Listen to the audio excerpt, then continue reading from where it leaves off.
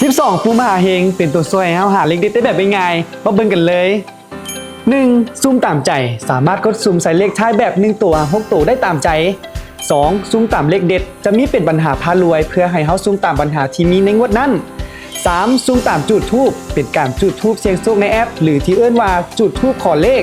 4. ซูมตามฝันเป็นการค้นหาของฝันแล้วตีเป็นตัวเลข 5. เล่าของฝันปันเลขเด็ดเป็นการบอกเล่าของฝันพร้อมเลขเด็ดทั้งตัวเองและผู้อื่น 6. ซูมวัดดวงคือการใส่วันเดือนปีเกิดพร้อมจำนวนเลขที่อยากเสี่ยงและจำนวนเงิน 7. ซื้อตามเลขเก่งเลือก3งวดเพื่อเก่งเลขงวดต่อๆไป